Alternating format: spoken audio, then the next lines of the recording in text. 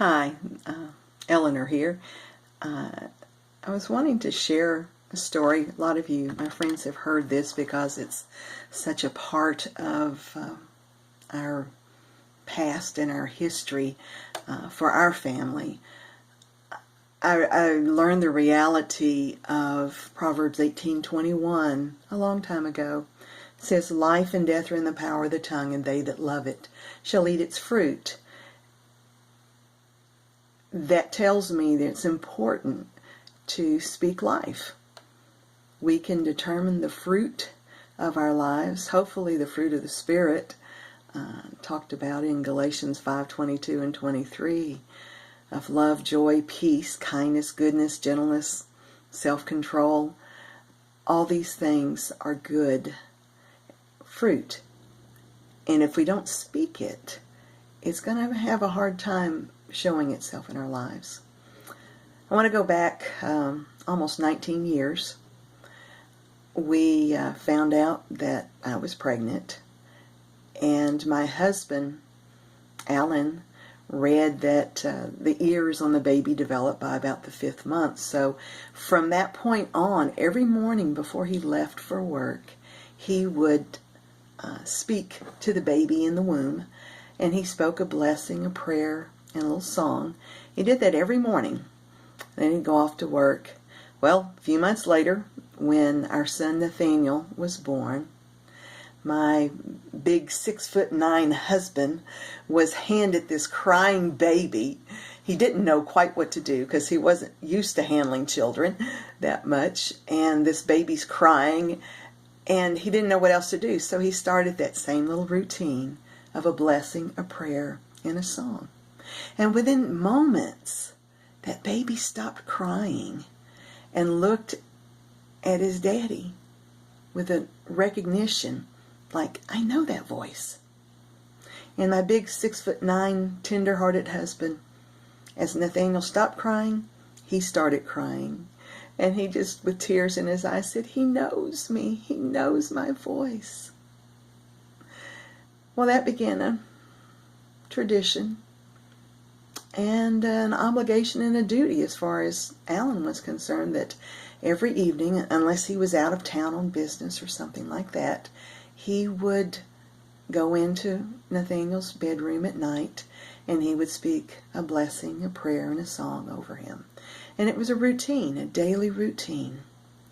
And when Nathaniel was around 4 years old, it was in the winter, Nathaniel was like 4 years and 3 months, and Alan would go in. We had a financial services business, and a lot of times Alan would have appointments in the evening. So frequently he would come home. Nathaniel would already be in bed asleep.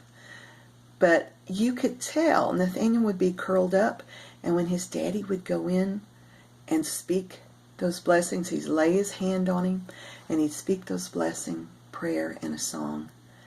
You could visibly see that sleeping child relax, secure in the blessing of his father. And in fact, I had asked Nathaniel one morning, I said, do you remember Daddy coming in to bless you last night? And he thought a moment and he said, well, I remember his cold hands touching me, and I remember the feel of his breath on my cheek. But that's all I remember. Well, it wasn't too much longer, just a week or so later, we had a snowstorm that was big for this area. We had 10 or 12 inches of snow, which in Tennessee, that's a big snow. And as it was, Alan's appointments that evening were people who either worked in Nashville and couldn't get home, or I think one guy worked for one of the utility companies, and he got called in because of the bad weather. So all Alan's appointments got canceled. My mom had just come into town the day before to visit for a few days, and it was a Thursday night, and we'd had a full week. So Alan was a little bit tired, and so he said, I'm just going to spend the evening here. And I remember he and Nathaniel sat on the floor in the kitchen playing with the wooden train track set that he had with Thomas the tank engine and some other engines and such, and they played for quite a while. And then we got Nathaniel ready for bed, and that night Nathaniel was awake to hear his daddy's blessing, prayer, and a song.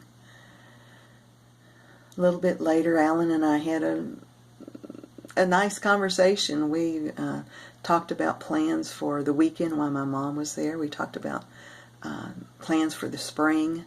We even talked about long-term plans, like 8 to 10 years of things that we wanted to accomplish and goals that we had. And said goodnight, went to bed, went to sleep. And the next morning I woke up, but my husband did not. And it turned out he had congestive heart failure, and he died so quickly or so peacefully that he didn't even disturb my sleep, and I'm not a heavy sleeper. So the next morning, my world had totally changed. And so had Nathaniel's. And looking back, I am so blessed that the last words Nathaniel ever heard from his daddy were a blessing, a prayer, and a song. Well, I knew that was important, and now it became my job. I railed at the father for a while, saying, it's not my job. His daddy's supposed to be here to do it. But Nathaniel, some of those first evenings, if I didn't come in promptly, I'd hear from down the hallway, Mom, you forgot to bless me. And I'd go in and I'd do the blessing, the prayer, and the song. And it became my job and my privilege to bless him every night. Well, the years have gone by. In a couple of months, it'll be 14 years since that fateful morning. And every day, with very few exceptions, I have finished the day by blessing my son. My son is now 18 years old. But you know, along the way, the blessing has become such an integral part of his life.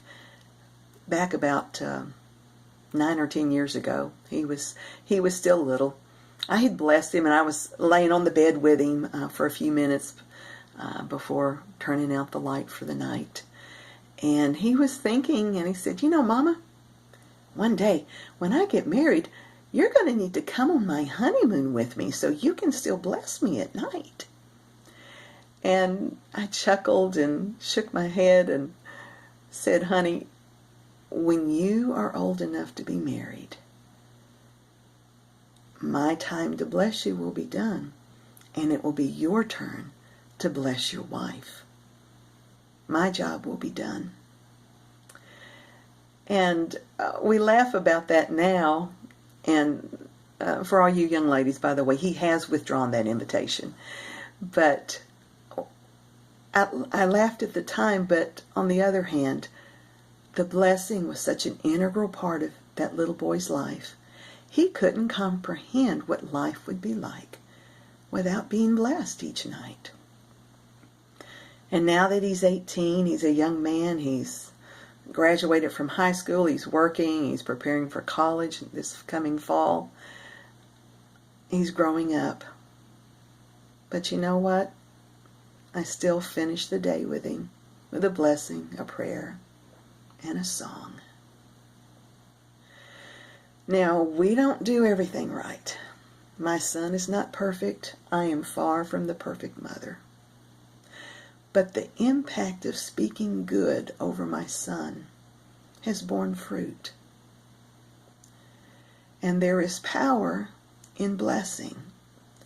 Life and death truly are in the power of our tongues.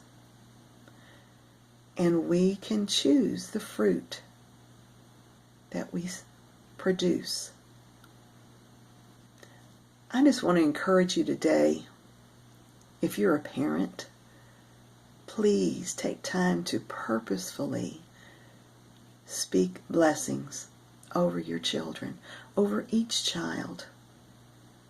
If you're not a parent, or if your children are up and grown, it's still not too late to speak a blessing, a prayer, and a song over your child. If you've never had children, there are ones who would so benefit, so be blessed to hear a word of encouragement, to hear a word of life spoken over them. This is something that the people of God, the people of the Father, His name is Yahweh.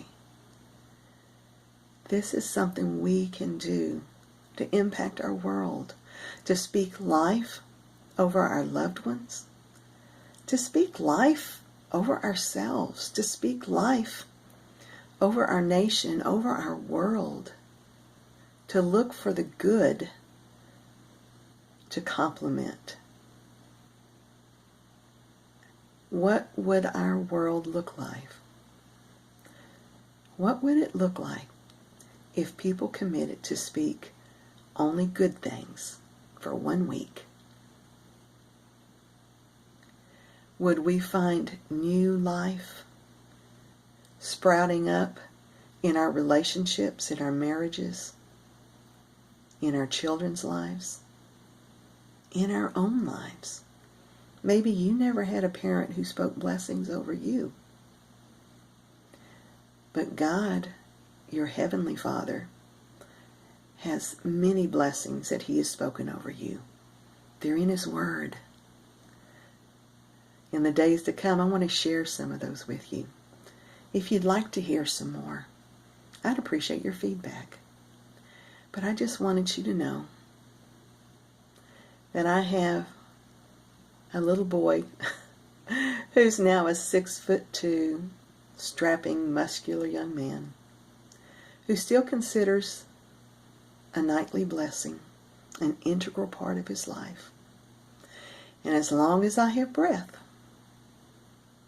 and the ability to use it, I hope I can speak blessing over him.